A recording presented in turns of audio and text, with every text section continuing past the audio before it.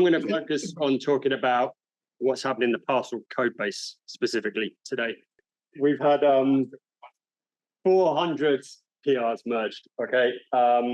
43 different people this year have put PRs in, which is pretty good. So that's one PR being merged every 19 hours for the last year, which feels like quite a lively pace. I made a history.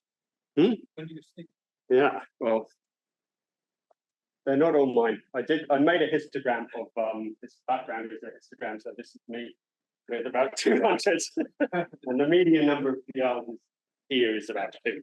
But 2 PRs per person for 43 people is still pretty good. So what I'm trying to do for the rest of this talk is, out of all these PRs, try and get a few stories of what happened in the code base. So it's not a completely comprehensive review of what's happened in Parsl this year, but just some things that I think are kind of interesting. So the bulk of this big spike is a big tidy up of the block scaling code I did with Kevin, and that's the code that starts your batch jobs and starts your workers or decides to stop them. So it's kind of this boring, fairly fundamental thing that we need to work.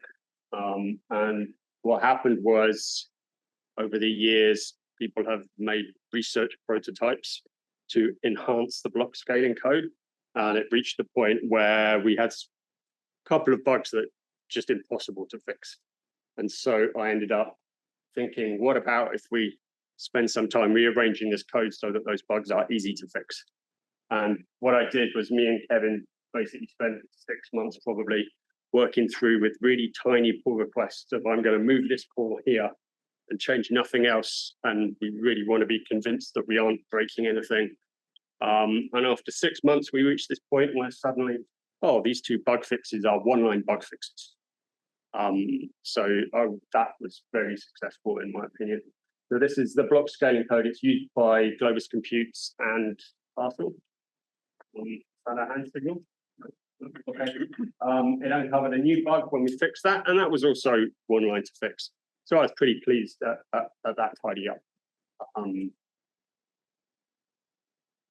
This bit of graph mostly comes from our involvement with a project called Outreachy.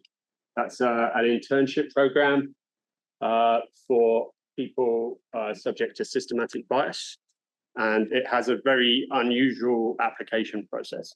So instead of submitting an application form, an essay or code samples or whatever, you get involved with the project, make pull requests, fix little issues, do things like that. And then after the end of the application period, we get to choose a couple of students. So we chose 2 applicants for 2 different projects. We ended up only being funded for 1, which was Kelechi, who's giving a talk, I think, later.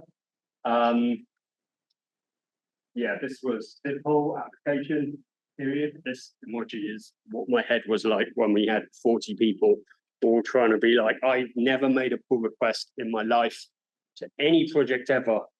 Please, can you talk me through this times 40, all in one day? Like, what have we got ourselves into? But it's good. And so we've got Kelechi working on things with Logan and Sophie. One of the other things I realized is our issue tracker really didn't have a lot of good starter issues or intermediate level issues. So I've really started trying to do that a lot more. And the other project which didn't get funded, Matthew will give a talk on, is a student from somewhere else. He did the project. Right, story 3, no more channels. Parsl had it's deprecated, it's disappearing next month.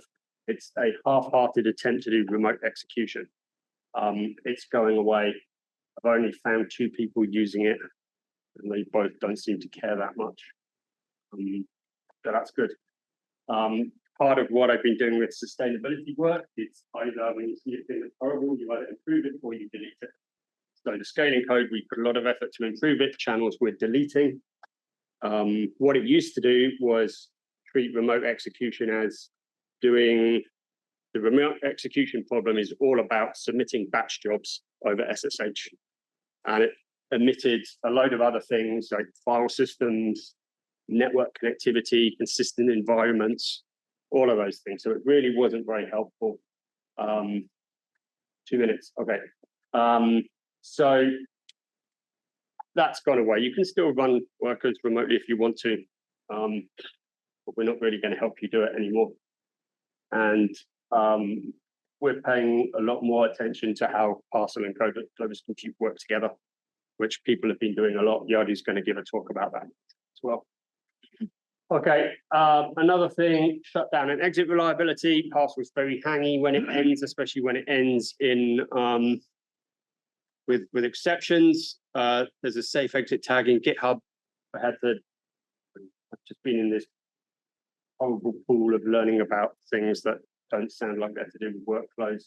The big change here is we made a context handler, so you can say with Parsl now, and that will tidy things up much better at the end. But we haven't updated all the documentation for that, so this might be the first you've heard of it. Language features. We've been leaning into getting things like you can use dictionaries, futures. I won't explain it very much, but basically making Python language features work with Parsl a bit better. We've had a whole load of non-language features. A lot of those, Yari, Christine, Nishay giving their own talks about things. So you can just read the slides and wait for their talks. And the last thing, there we go, is I had a look at all the people who made PRs and tried to figure out which groups they were from. My informal list of groups that have contributed to Parsl, where those 40 or so. It was 14 different groups plus the 4 Parsl people. I was pretty happy with that. So good selection, more than I was expecting. So that's what's happened.